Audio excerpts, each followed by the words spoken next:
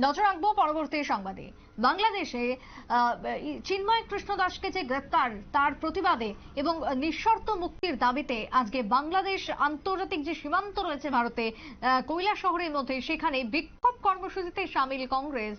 ভারতবর্ষের সংখ্যালঘুরা, ভারতবর্ষে দুঃখিত যারা ভারতবর্ষের বিশেষ করে ভারতবাসীরা যারা বাংলাদেশে সংখ্যালঘু, তারা আজকে অত্যাচারিত, এই অভিযোগ তুলে দেশের প্রধানমন্ত্রী এবং কেন্দ্রীয় সরকারকে কটূক্তি বীরজিৎ সিনহার। কৈলাসহর মরু ল্যান্ড কাস্টম দিয়ে আমদানি রপ্তানি বাণিজ্য বন্ধের প্রতিবাদ জানিয়েছেন ইতিমধ্যে বিধায়ক। যদিও আজকে বাংলাদেশের সংখ্যালঘুদের যে ধরনের অত্যাচার সহ্য করতে হচ্ছে এবং যা চলছে বাংলাদেশে, একের পর এক ভারত বিদ্বেষ বাড়ছে, তাতে করে কেন্দ্রের ভূমিকাকে ঘিরে এবার বীরজিৎ সিনহা তিনি নেমেছেন পথে। কি বক্তব্য উঠে এসেছে আজকে বীরজিৎ সিনহার এই বিক্ষোভ কর্মসূচিকে ঘিরে, শুনুন।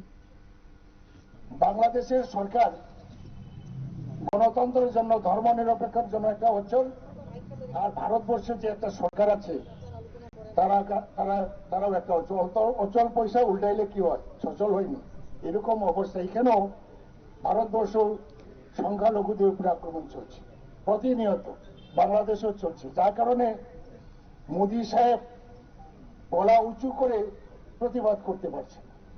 আমরা তো দেখি, তো টিভি দেখি, পত্রিকা পড়ি, চ্যানেল দেখি, উনি একটা জোর গলায় কিছু করছেন।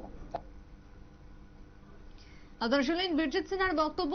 ইতিমধ্যেই ঘটনাকে কেন্দ্র করে কার্যত পক্ষে ক্ষোভ প্রকাশ করেছে কংগ্রেস। ছোট্ট বিরতির পর ফিরবো, সঙ্গে থাকুন।